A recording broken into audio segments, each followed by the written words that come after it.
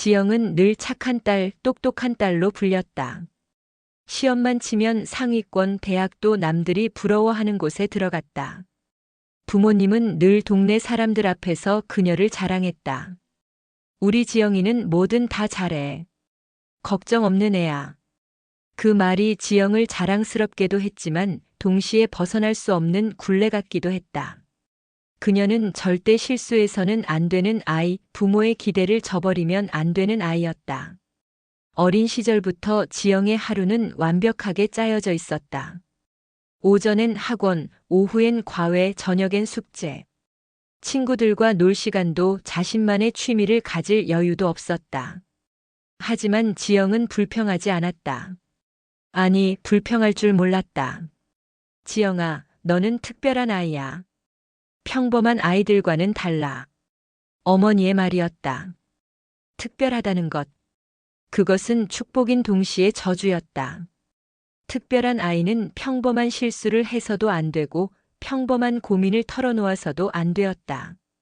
대학교를 졸업하고 대기업에 들어갔을 때 부모님은 또 한 번 크게 기뻐했다. 이제 우리 지영이 걱정 끝났네. 웃음 가득한 그 얼굴들을 보면서도 지영의 가슴 한구석은 이상하게 답답했다. 마치 완벽한 인형이 된 기분이었다.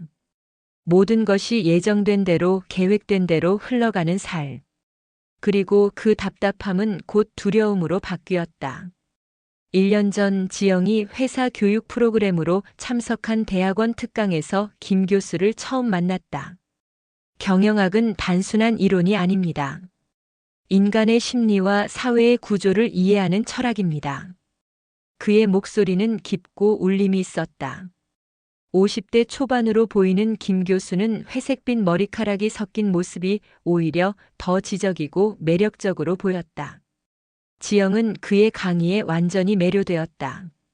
기업에서는 숫자와 데이터만 보려고 하지만 그 뒤에 숨겨진 인간의 이야기를 읽을 줄 알아야 진정한 리더가 될 수 있습니다. 지영은 펜을 들고 열심히 받아 적었다. 하지만 어느 순간부터는 그의 말보다도 그의 표정, 그의 손짓에 더 집중하고 있는 자신을 발견했다. 강의가 끝나고 다른 수강생들이 모두 나간 후 지영은 용기를 내어 앞으로 걸어갔다. 교수님, 질문이 있습니다. 네, 말씀하세요. 김 교수는 강의 자료를 정리하면서 지영을 바라보았다. 실무에서는 이론과 다른 경우가 많은데 어떻게 균형을 맞춰야 할까요? 그의 눈이 반짝였다. 좋은 질문이네요. 시간이 되시면 개별적으로 더 이야기해 볼까요? 그날부터 지영은 매주 그의 연구실을 찾았다. 처음엔 정말 학문적 호기심 때문이었다. 하지만 점점 그 시간이 일주일 중 가장 기다려지는 시간이 되어갔다. 지영 씨, 커피 드실래요? 김 교수는 항상 정중했다. 나이 차이를 의식하듯 존댓말을 쓰면서도 그의 눈빛에는 묘한 온기가 있었다. 감사합니다. 교수님. 연구실은 아늑했다. 책들이 가득한 책장, 창밖으로 보이는 캠퍼스의 풍경, 그리고 은은한 클래식 음악. 지영에게는 지금까지 경험해보지 못한 새로운 세계였다. 경영학을 공부하게 된 특별한 이유가 있나요? 어느 날 김 교수가 물었다. 사실, 부모님이 원하셨어요. 안정적이고 좋은 직장을 가질 수 있는 전공이라고. 지영은 솔직하게 대답했다. 그럼 본인이 정말 하고 싶었던 일은 뭐였을까요? 지영은 잠시 생각에 잠겼다. 그런 질문을 받아본 적이 거의 없었다. 글쓰기 였던 것 같아요. 어릴 때 일기를 쓰는 걸 좋아했거든요. 하지만 그런 건 취미로만. 왜요? 훌륭한 작가가 될 수도 있었을 텐데. 김 교수의 말에 지영의 마음 한구석이 따뜻해졌다. 누군가가 자신의 숨겨진 꿈을 인정해주는 느낌이었다. 3개월이 지나면서 두 사람의 관계는 조금씩 변해갔다. 학문적 토론에서 시작된 대화는 점차 개인적인 이야기로 발전했다. 지영 씨는 정말 특별한 학생이에요. 어느 늦은 저녁 연구실에서 김 교수가 말했다. 이렇게 깊이 있게 생각하는 사람을 만나기 어렵죠.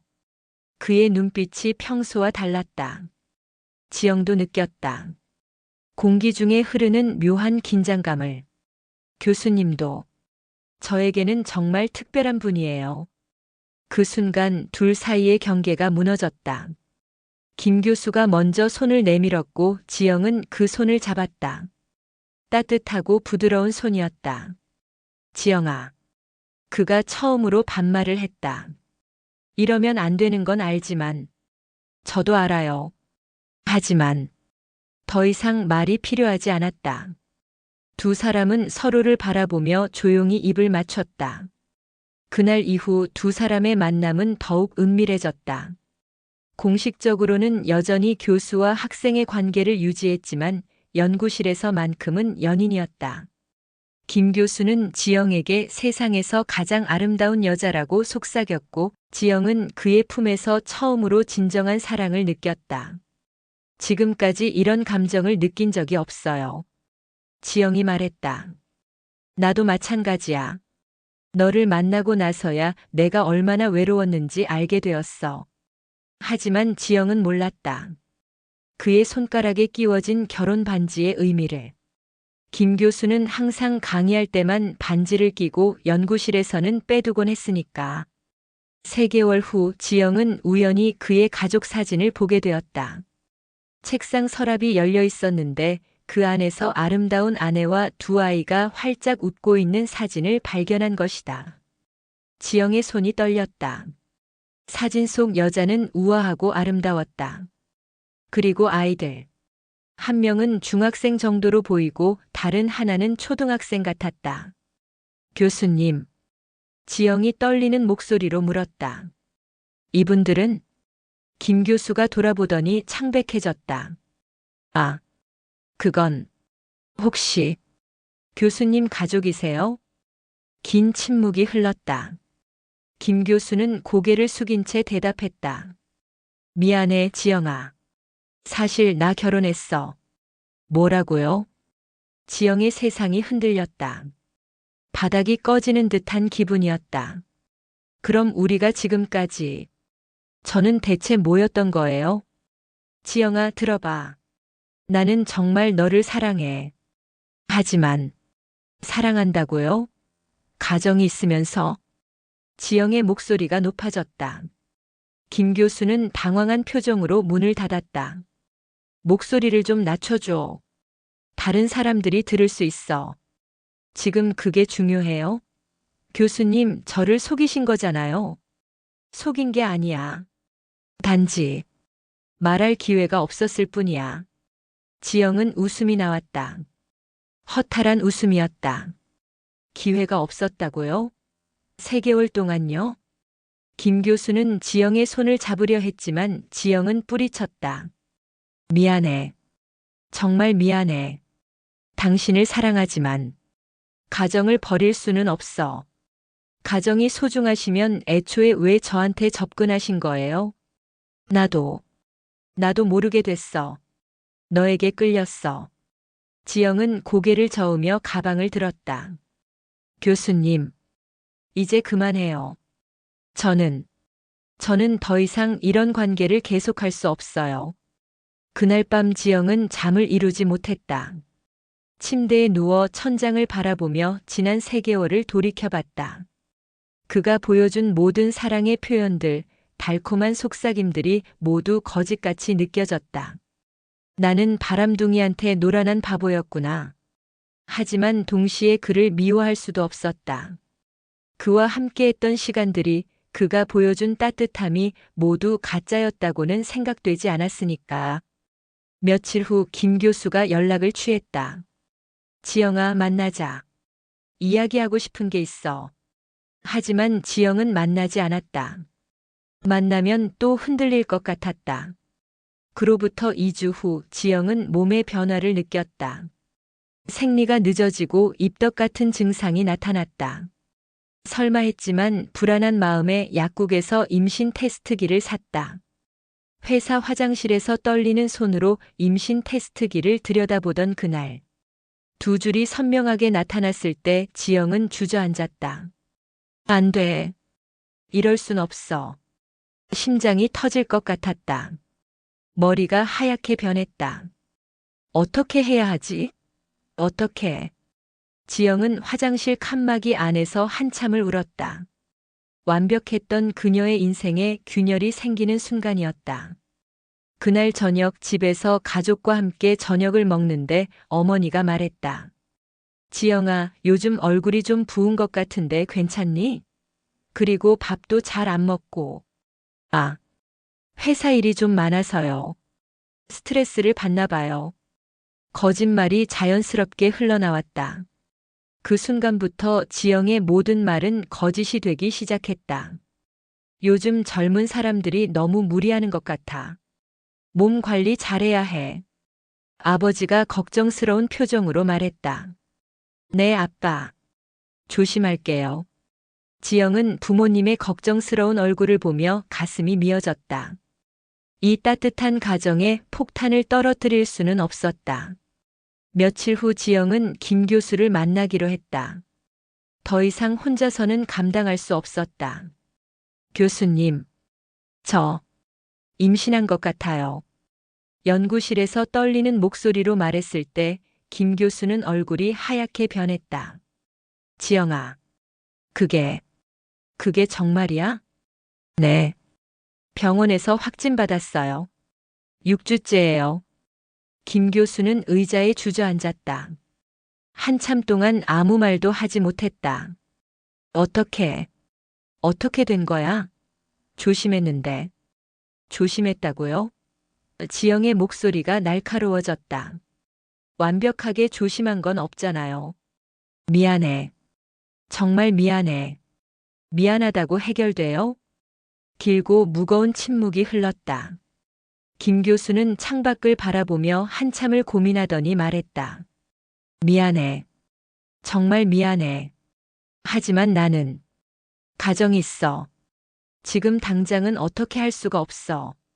그럼 저는 어떻게 해요? 이 아이는 어떻게 하고요? 시간을 좀 줘. 내가 방법을 찾아볼게. 방법이라니. 혹시 지우라는 말씀이에요? 그런 뜻이 아니야. 다른 방법을 생각해보자. 하지만 지영은 알았다. 그에게는 이미 완성된 가정이 있고 그 가정을 지키는 것이 우선순위라는 것을. 며칠 후 김 교수에게서 연락이 왔다. 지영아, 미안하지만 나는 지방으로 발령받게 됐어. 어쩔 수 없는 상황이야. 도망가시는 거네요. 도망이 아니야. 하지만 지금 상황에서는 이게 최선인 것 같아. 전화를 끊은 지영은 허탈했다. 결국 혼자였다. 처음부터 혼자였고 끝까지 혼자여야 했다. 지영은 혼자 병원을 찾았다. 산부인과 대기실에서 다른 부부들의 행복한 모습을 보며 더욱 절망감을 느꼈다. 상황이 어려우시겠지만 시간이 지날수록 더 힘들어집니다. 의사가 조심스럽게 말했다. 지영은 한참을 망설였다. 하지만 뱃속에 생명이 있다는 것을 느낀 순간 결심했다. 아니요. 나을 거예요. 한 달 후 지영은 부모님께 폭탄 선언을 했다. 엄마, 아빠, 저 유학 가고 싶어요. 제 꿈이었잖아요. 거짓말이 입술을 타고 나왔을 때 부모님의 얼굴은 환하게 빛났다. 정말? 우리 지영이가 드디어 어느 나라로 갈 거야? 미국에서 MBA 과정을 밟고 싶어요. 회사에서도 지원해준다고 하고. 정말이야? 우리 딸이 드디어 꿈을 이루는구나. 아버지가 기뻐하며 말했다. 돈 걱정은 하지 마. 아빠가 다 해결해 줄게.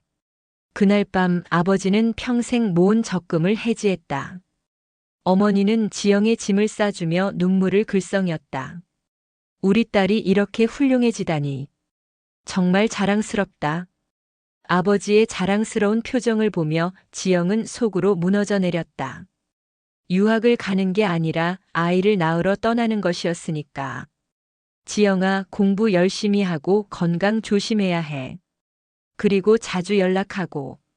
어머니가 당부했다. 네, 엄마. 걱정 마세요. 비행기에 오를 때 지영은 손에 작은 캐리어 하나만 들고 있었다. 누구도 알지 못하는 새로운 삶으로의 도피였다. 로스앤젤레스 공항에 내린 순간 지영은 뒤돌아볼 수 없는 강을 건넜다는 것을 깨달았다. 낯선 언어, 낯선 사람들, 낯선 문화. 그리고 뱃속에서 자라고 있는 새 생명. 웰컴 투 로스앤젤레스. 공항 직원의 인사말이 귓가에 맴돌았다. 환영받고 있지만 지영은 그 어느 때보다 외로웠다. 미국에 도착한 지 한 달 후 지영은 한인마트에서 아르바이트를 시작했다. 임신 3개월, 입덧이 심해서 계속 화장실로 뛰어가야 했다. 괜찮습니까? 얼굴이 너무 안 좋아 보이는데. 사장님이 걱정스러운 표정으로 물었다. 죄송해요. 좀 컨디션이 안 좋네요. 혹시 임신하신 건 아니에요? 제 아내도 임신했을 때 그랬거든요. 순간 지영은 얼어붙었다. 아, 아니에요. 또 하나의 거짓말이었다. 하지만 진실을 말할 수는 없었다. 임신한 미혼모라는 사실이 알려지면 일자리를 잃을지도 모른다는 두려움 때문이었다. 임신 5개월이 되자 아무리 헐렁한 옷을 입어도 배가 티가 나기 시작했다. 지영은 카운터 뒤에서 앉아서 일하는 시간을 늘렸다. 어머, 지영 씨 많이 살찌셨네요. 미국 음식이 맞나 봐요. 단골 손님이 농담조로 말했다. 지영은 어색하게 웃으며 대답했다. 네, 그런가 봐요. 임신 6개월이 되자 지영의 배가 눈에 띄게 나오기 시작했다. 마트 사장은 결국 그녀를 불러 세웠다. 지영 씨, 솔직히 말씀해 주세요. 임신하신 거 맞죠? 지영은 더 이상 숨길 수 없었다. 죄송합니다. 미혼모시네요. 네. 사장의 표정이 어두워졌다. 미안해요. 손님들이 불편하다고 하네요. 그리고 안전상의 문제도 있고. 지영은 일자리를 잃었다. 새로운 일자리를 찾는 것은 지옥 같았다. 임신 7개월의 몸으로 여기저기 이력서를 들고 다녔지만 결과는 항상 같았다. 죄송하지만 저희는 임신한 여성은 채용할 수 없습니다. 저희 업무에 너무 큰 부담이 될 것 같아서요. 보험 문제도 있고. 거절당하는 횟수가 늘어갈 때마다 지영은 절망감이 깊어져만 갔다. 통장 잔고는 점점 줄어들고 배는 점점 커져갔다. 어느 날 밤 지영은 작은 모텔방에서 라면을 끓여 먹으며 눈물을 흘렸다. 내가 뭘 잘못했을까? 사랑했다는 것이 죄인가? 출산 예정일 일주일 전 지영은 갑작스런 진통에 혼자 응급실로 향했다. 택시 안에서 진통이 더 심해졌다. 병원, 빨리 병원으로. 지영이 영어로 외쳤지만 발음이 정확하지 않았다. 병원? 괜찮아요? 택시 기사가 걱정스럽게 물었다. 아기가 나오려고 해요. 지영이 배를 만지며 말했다. 병원에 도착했을 때 지영은 이미 진통으로 제대로 걸을 수도 없는 상태였다. 보호자는 어디 계세요? 간호사가 물었다. 혼자예요. 간호사의 동정어린 눈빛이 지영을 더욱 외롭게 만들었다. 12시간의 진통 끝에 태어난 아기의 첫 울음소리. 지영은 눈물과 땀이 뒤섞인 얼굴로 아기를 바라봤다. 건강한 남자아이예요. 의사가 웃으며 말했다. 작고 빨간 아기를 품에 안은 순간 지영의 모든 고통과 절망이 사라졌다. 세상에서 가장 소중한 존재를 만난 것이다. 서준아. 지영이 속삭였다. 엄마가 지켜줄게. 이제부터는 넌 나의 전부야. 아기는 마치 엄마의 말을 알아듣는 듯 울음을 그쳤다. 생후 6개월 된 서준이를 키우며 지영은 새벽 3시부터 신문 배달을 시작했다. 아기를 업고 자전거를 타며 신문을 배달하는 모습은 처참했지만 그녀는 포기하지 않았다. 서준아, 엄마 힘들지 않아. 너만 건강하면 돼. 새벽 공기는 차갑고 맑았다. 아기는 엄마의 등에서 잠들어 있었고 지영은 조용히 자전거 페달을 밟았다. 어느 날 새벽 비가 쏟아지는 가운데 서준이가 갑자기 열이 나기 시작했다. 작은 몸이 뜨겁게 달아올랐다. 서준아, 괜찮아? 엄마가 있어. 지영은 젖은 옷을 입고 응급실로 뛰어갔다. 도와주세요. 아기가 아파요. 서툰 영어로 외치며 아기를 의사에게 맡겼다. 무슨 일이죠? 의사가 물었다. 열이 나요. 아기 몸이 너무 뜨거워요. 지영은 떨리는 목소리로 대답했다. 다행히 단순한 감기였지만 그날 밤 병원 복도에서 홀로 앉아있던 지영을 본 간호사가 조용히 담요를 덮어주었다. 서준 어머니, 정말 잘하고 있어요. 기운 내세요. 간호사가 위로의 말을 건넸다. 지영은 그 따뜻한 말 한마디에 눈물이 났다. 아파트 위층에 사는 멕시코계 할머니 마리아가 어느 날 지영을 찾아왔다. 70대 초반의 마리아 할머니는 늘 친절한 미소를 지으며 지영에게 관심을 보였다. 지영, 너 정말 피곤해 보여. 언어는 통하지 않았지만 할머니의 마음은 충분히 전해졌다. 마리아 할머니는 지영이 일하러 갈 때 서준이를 봐주곤 했다. 할머니, 너무 감사해요. 지영이 고마움을 표현했다. 할머니는 활짝 웃으며 서준이를 안아주었다. 이 아이는 천사야. 서준이가 3살이 되던 해 지영이 다니던 어학원이 갑자기 문을 닫았다. 원장이 야반도주를 한 것이었다. 학비는 이미 6개월치를 미리 낸 상황이었다. 뭐? 문을 닫았다고? 지영은 어학원 앞에서 멍하니 서 있었다. 다른 학생들도 마찬가지였다. 모두들 당황해하며 서로 얼굴만 바라보고 있었다. 원장이 우리 돈을 가지고 도망갔어. 한 학생이 분노에 찬 목소리로 외쳤다. 지영에게는 큰 타격이었다. 학비와 생활비를 동시에 감당할 수 없는 상황에 내몰린 것이다. 집주인은 차가운 목소리로 말했다. 미안하지만 다음 달에는 집을 비워주어야 해요. 임대료를 3개월이나 밀린 상태였다. 더 이상 버틸 수 없었다. 그날 밤 지영은 서준이가 자는 모습을 바라보며 결심했다. 작은 손으로 엄마의 손가락을 꼭 쥐고 자고 있는 아이를 보니 마음이 아팠다. 한국으로 돌아가자. 더 이상 여기서는 안 되겠어. 지영은 마리아 할머니를 찾아가 사정을 이야기했다. 할머니, 이제 한국으로 돌아가야 할 것 같아요.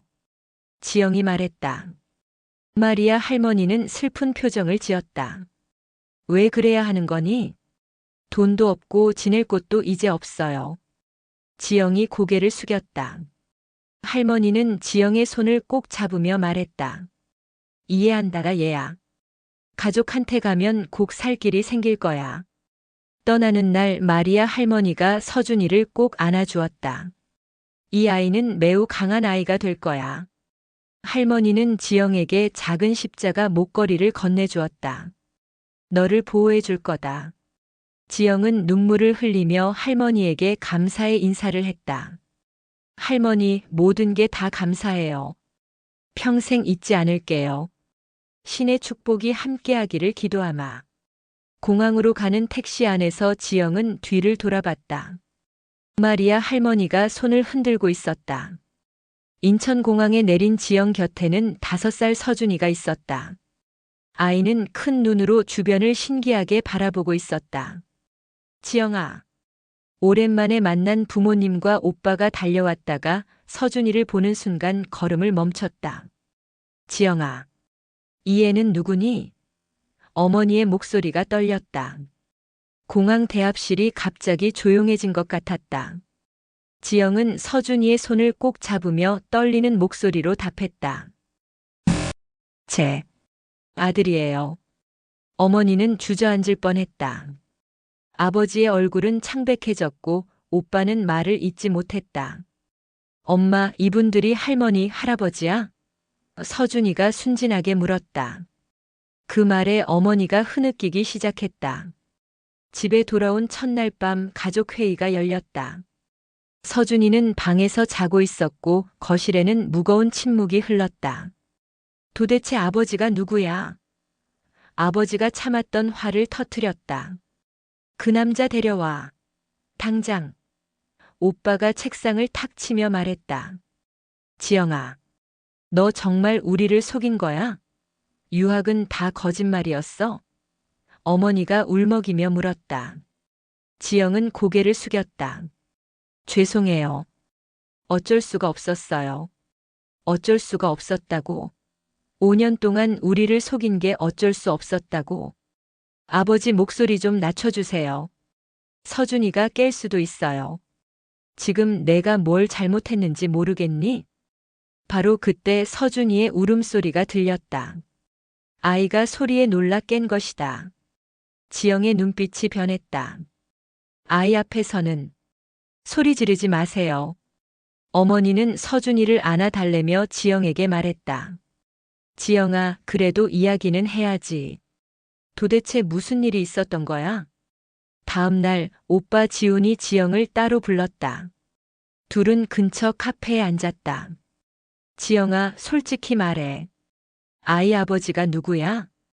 오빠. 정말 말할 수 없어. 왜? 혹시 유부남이야? 지영은 대답하지 않았다. 그 침묵이 답이었다. 이런. 정말이야? 오빠의 목소리가 떨렸다. 오빠, 제발 묻지 말아줘. 이미 끝난 일이야. 끝난 일? 내 인생이 망가진 게 끝난 일이라고. 망가진 게 아니야. 서준이는 내 인생의 축복이야. 오빠는 한숨을 쉬었다. 그래도 그 남자는 책임을 져야 하는 거 아니야? 책임? 이미 가정이 있는 사람한테 무슨 책임을 바래? 대체 어떤 놈이길래? 너 하나 책임지지 못해? 지영은 고개를 저었다. 지난 일은 지난 일이야. 제발 더 이상 묻지 말아줘. 며칠 후부터 동네에 소문이 퍼지기 시작했다. 작은 동네라 금세 모든 사람이 알게 되었다.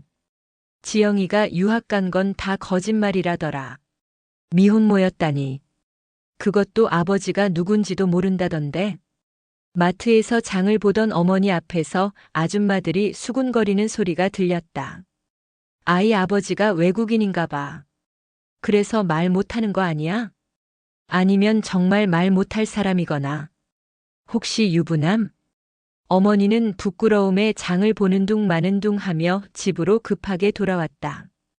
어느 날 서준이가 지영에게 물었다. 엄마, 나는 왜 아빠가 없어요? 지영은 아이를 무릎에 앉히고 조심스럽게 대답했다. 서준아, 아빠는 멀리 있어. 언제 와요? 그게 잘 몰라. 하지만 엄마가 아빠 목까지 더 많이 사랑해줄게. 서준이는 고개를 끄덕이며 엄마 볼에 뽀뽀를 해주었다. 엄마 괜찮아요. 서준이에게는 엄마가 있으니까요. 그 순간 지영의 눈에서 눈물이 흘렀다. 우리 서준이가 언제 이렇게 컸지?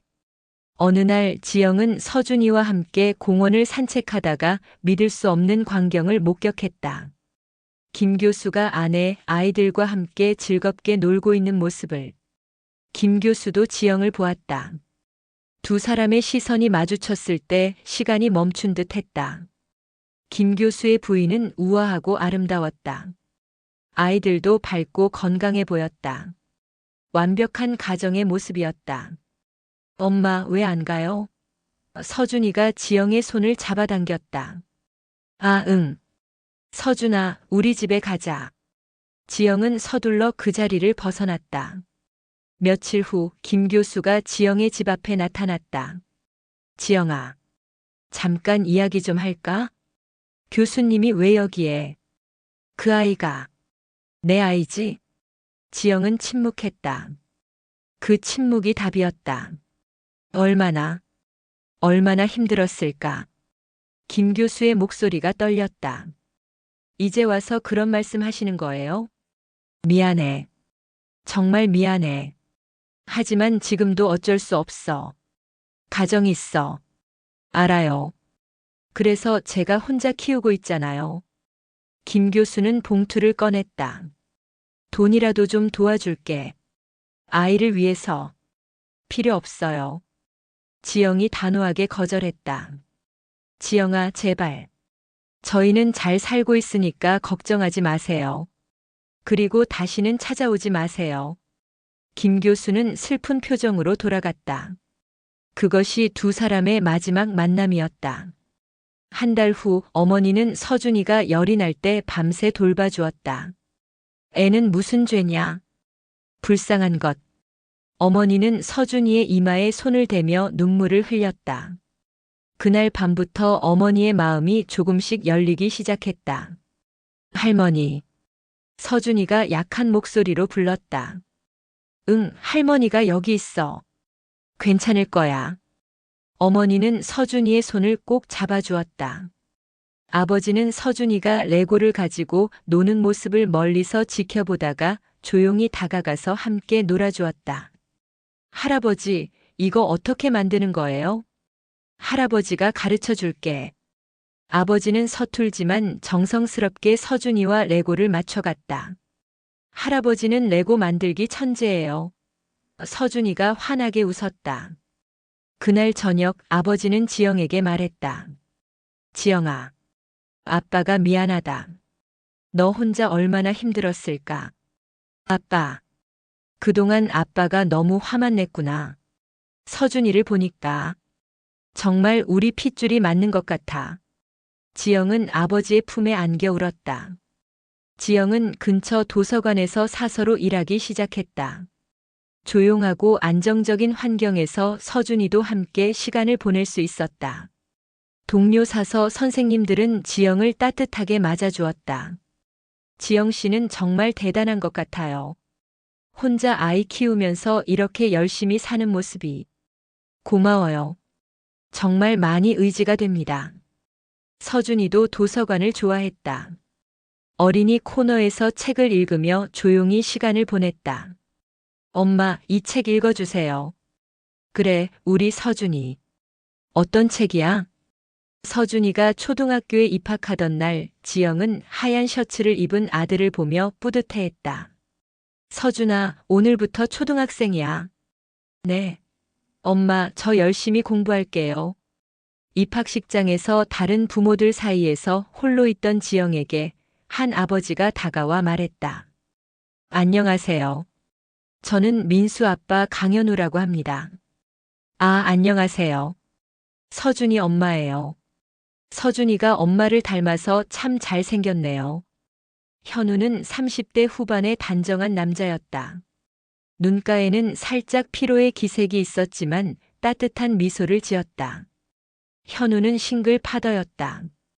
아내를 교통사고로 잃고 혼자 아들 민수를 키우고 있었다.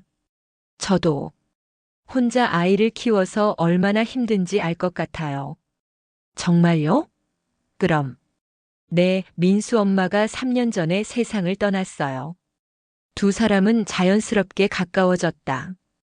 아이들끼리도 금세 친해졌고 서준이는 현우를 현우 삼촌이라고 불렀다. 삼촌, 축구 가르쳐 주세요. 그래, 우리 서준이. 삼촌이 축구 고수거든. 어느 주말 4명이 함께 놀이공원에 갔다. 서준이와 민수가 놀이기구를 타는 동안 지영과 현우는 벤치에 앉아 이야기를 나누었다. 지영 씨, 혹시 서준이 아버지는? 말하기 어려운 사정이 있어요. 그렇군요. 저도 더 묻지 않을게요. 현우의 이해심 깊은 태도에 지영은 감동했다. 현우 씨도 많이 힘드셨을 텐데. 처음엔 정말 막막했죠. 하지만 민수 때문에 버텨왔어요. 아이들은 어른들보다 훨씬 강해요. 현우를 처음 집에 데려온 날 부모님은 조금 놀랐지만 따뜻하게 맞아주었다. 어머님, 아버님 안녕하세요. 강현우라고 합니다. 어서 오세요. 지영이가 이야기 많이 했어요. 서준이가 현우의 손을 잡고 할아버지에게 소개했다. 할아버지, 현우 삼촌이에요. 정말 좋은 사람이에요. 아버지는 현우의 진실한 모습을 보며 고개를 끄덕였다. 현우 씨, 우리 지영이 많이 부탁합니다. 아버님, 제가 더 의지하고 있습니다. 서준이가 지영에게 조심스럽게 물었다. 엄마, 현우 삼촌이 우리 아빠가 되면 안 돼요? 서준아, 저 정말 좋아해요. 그리고 민수와 매일 같이 놀고 싶어요. 아이의 순수한 마음에 지영은 눈물이 났다. 서준이가 정말 좋아하는구나. 네. 삼촌이 저에게 축구도 가르쳐주고 책도 읽어주고. 정말 좋아요. 1년 후 봄날 공원에서 현우는 서준이와 민수에게 반지를 보여주었다. 서준아, 민수야. 삼촌이 지영 이모에게 이걸 줘도 될까? 와, 예뻐요. 서준이가 손뼉을 쳤다. 이모가 좋아할 거예요. 민수도 기뻐했다. 현우는 지영 앞에 무릎을 꿇고 말했다. 지영 씨. 아니, 지영아. 나와 결혼해 줄래? 서준이와 민수가 진짜 형제가 되게 해주지 않을래? 지영은 눈물을 흘리며 고개를 끄덕였다. 네. 좋아요. 아이들이 환호성을 지르며 두 사람을 안았다. 현우가 정식으로 결혼 승낙을 구하러 왔을 때 아버지가 말했다. 현우 씨, 우리 지영이 많이 힘들어했는데 당신을 만나 이렇게 웃을 수 있게 된 것 같아. 고맙습니다. 아버님, 제가 오히려 감사합니다. 지영 씨를 만나 제 인생이 완전히 바뀌었어요. 어머니도 현우의 손을 잡으며 말했다. 우리 지영이 잘 부탁해요. 서준이도. 어머님, 평생 잘 모시겠습니다. 작은 교회에서 열린 결혼식. 지영은 하얀 드레스를 입고 서준이는 턱시도를 입은 채 엄마의 손을 꼭 잡고 걸었다. 지영아, 정말 예쁘다. 어머니가 눈물을 글썽이며 속삭였다. 엄마, 고마워요. 정말 고마워요. 아버지는 현우에게 지영의 손을 건네며 말했다. 우리 지영이 잘 부탁합니다. 아버님, 제가 평생 지켜드리겠습니다. 서준이와 민수가 반지를 들고 앞서 걸어갔다. 두 아이는 진짜 형제가 된 것처럼 기뻐했다. 엄마 정말 예뻐요. 서준이가 외쳤다. 참석한 하객들이 모두 웃음을 터뜨렸다. 결혼 후 네 식구는 새 집으로 이사했다. 서준이와 민수는 한 방을 쓰며 어느새 친형제처럼 지냈다. 형, 내일 축구하러 갈까? 좋아. 아빠한테 함께 가자고 하자. 어느 저녁 현우가 서준이에게 물었다. 서준아, 이제 나를 아빠라고 불러줄래? 서준이는 잠시 고민하더니 환한 미소를 지으며 대답했다. 네, 아빠. 그 순간 지영의 눈가에 눈물이 고였다. 오랫동안 숨겨야 했던 아픔과 외로움이 조금씩 치유되는 순간이었다. 5년 후 지영과 현우에게는 귀여운 딸이 태어났다. 서준이와 민수는 어느덧 중학생이 되어 여동생을 돌보며 의젓한 오빠가 되었다. 어느 일요일 오후 가족이 함께 공원에서 피크닉을 즐기고 있을 때 현우가 말했다. 지영아, 행복하지? 응. 정말 행복해. 서준이가 아기를 품에 안으며 말했다. 엄마, 저 정말 행복해요. 아빠도 있고 민수도 있고 여동생도 있잖아요. 지영은 아들의 말에 눈시울이 붉어졌다. 그래. 엄마도 정말 행복해. 해가 저물 무렵 5식구가 손을 맞잡고 집으로 향하는 길. 석양빛이 그들의 뒷모습을 따스하게 감싸주고 있었다. 지영은 고개를 들어 저녁 하늘을 바라보며 속으로 생각했다. 그때 그 모든 고통과 외로움을 버텨왔기에 지금의 행복이 더 소중하고 감사하다. 그녀는 이제 말할 수 있었다. 사람들은 인생에는 정답이 없다고 말해. 하지만 난 이제 알아. 진정한 사랑과 가족이 있다면 어떤 시련도 이겨낼 수 있다는 걸. 그리고 때로는 가장 깊은 상처가 가장 큰 축복으로 바뀔 수 있다는 걸. 서준이가 현우의 등에 엎여가며 말했다. 아빠, 우리 가족이 세상에서 제일 좋은 가족이에요. 그래, 서준아. 우리는 정말 특별한 가족이야. 지영은 그 말을 들으며 미소를 지었다. 특별하다는 것. 예전에는 부담이었지만 이제는 축복이었다. 완벽하지 않아도 상처가 있어도 사랑으로 만들어진 가족이야말로 진정 특별한 것이라는 걸 깨달았다. 서준이가 고등학생이 되던 해 그는 지영에게 편지를 써주었다. 엄마에게.